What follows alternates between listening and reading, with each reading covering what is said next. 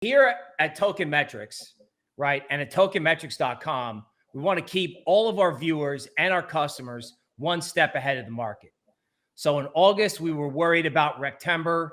The market has gone down. And now that the down trade is either got one more leg or maybe finishing, we want to start talking about what's next. So not only do we look at the charts, but we're also looking at what our AI is picking up. Specifically, I'm looking at the Coinbase weekly index.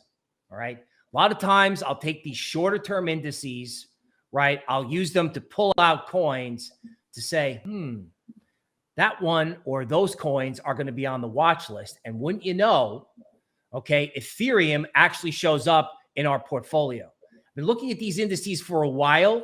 This is the first time I've actually seen Ethereum come in at such a high allocation of 27%. Our AI still likes Solana, Polkadot, and a coin that I like that we'll get into if we can get those 800 likes. So don't forget to hit the like button so we can get to Quant, right? Turns out the future of money may actually be a payment system. Now, the next leg of the conversational market update, please give us some love out there, is we want to talk not only Bitcoin dominance, but we want to use this to lead into the fact that, we've effectively had alt season without ETH.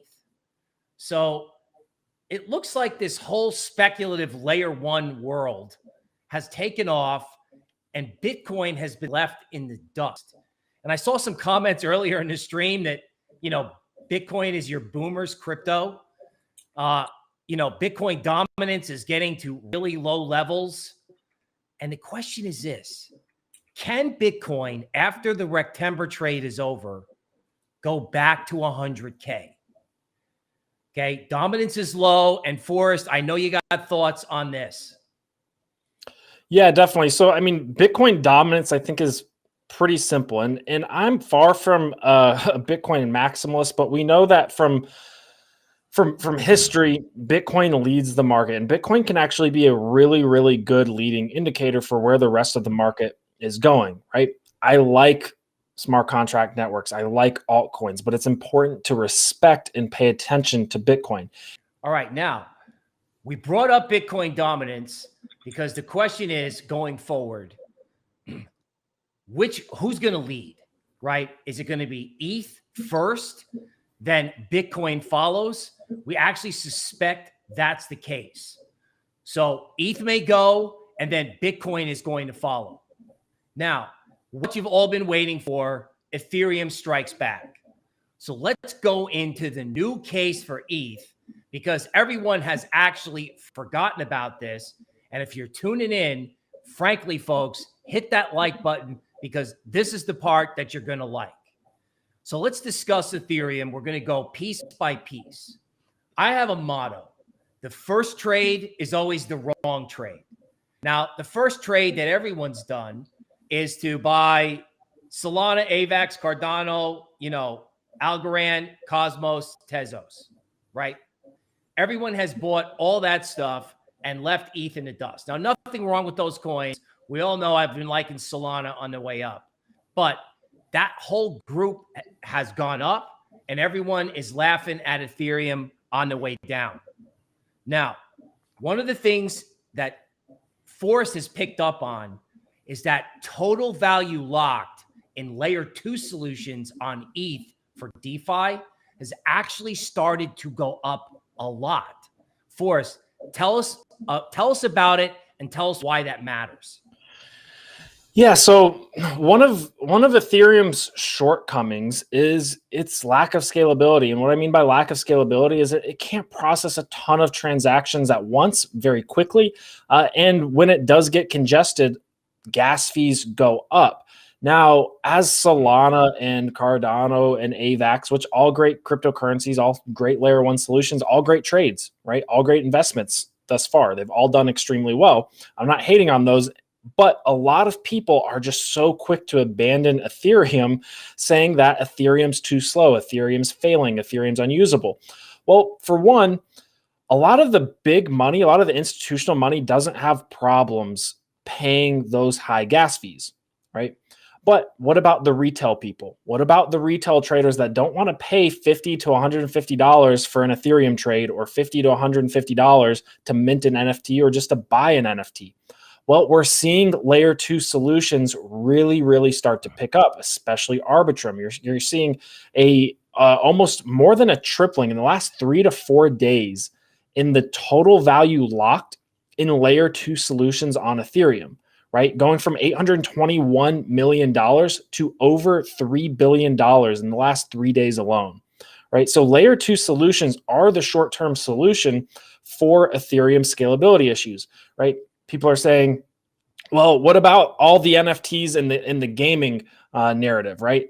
Ethereum's failing at NFTs because of the high gas fees. Everyone's moving to Solana. What about gaming? Like, Ethereum's not fit for gaming solutions. Well, look at Zedrun. Zedrun's built on Polygon, and it's a very smooth experience with no gas fees. You can trade Zedrun horse NFTs without gas fees. You can race them without gas fees. You can breed them without gas fees, all because it's on a layer 2 solution.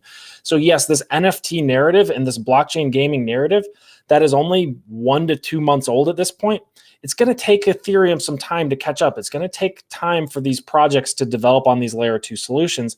But ultimately, I'm not too worried about Ethereum because we're actually seeing the adoption of these layer 2 solutions. And we're seeing that reflected in this stat right here, the amount of total value locked in layer 2 solutions.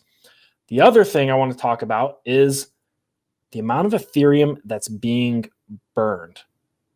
If you go to watchtheburn.com, right? This is keeping track of, with EIP 1559 now, a portion of all transaction fees, which there's been a lot of, right? Because we know that Ethereum has some scalability issues right now. A portion of all these gas fees are being burned, making Ethereum more scarce. What happens to Bitcoin? We're just going to go to the Bitcoin chart here and zoom out big time. What happens to Bitcoin when the incoming issuance gets decreased by 50% or halves? That's called a Bitcoin halving, right? We go into a parabolic run up, right? We go into a bull market. Like, long term, the Bitcoin price has to reprice to account for the reduction in supply. And that's a 50% reduction in incoming supply. Well, EIP 1559 has thus far resulted in a 54% net reduction in net Ethereum issuance. So 4% more than a Bitcoin halving. So we just experienced, for easy comparison, right, an Ethereum halving, right? And that's not even accounting for Ethereum 2.0, which will be coming eventually sometime in the next 6 to 12 months, hopefully. But just in the last couple months with EIP 1559, we're seeing that 54% reduction in net issuance, which we know Ethereum is just simply, right, so long as demand stays somewhat stagnant, right, or even increases, as long as Ethereum demand doesn't decrease, we know Ethereum has to reprice. Now, I'm not saying it's going to $71,000, but I'm saying the case for Ethereum with this reduction in issuance, in net issuance, the case for this moving to the $6,000 to $10,000 range is pretty strong, especially over the next several months. So for retail traders, right, one of the reasons why we do this live stream is because we want you to be as smart as the smart money. We don't want you going, oh my God, I have to pay a gas fee, do a trades on ETH, therefore I'm dumping it. Because when you dump your Ethereum, right, who are you selling it to? Who's taking the other side of the trade as everyone sort of gives up on Ethereum?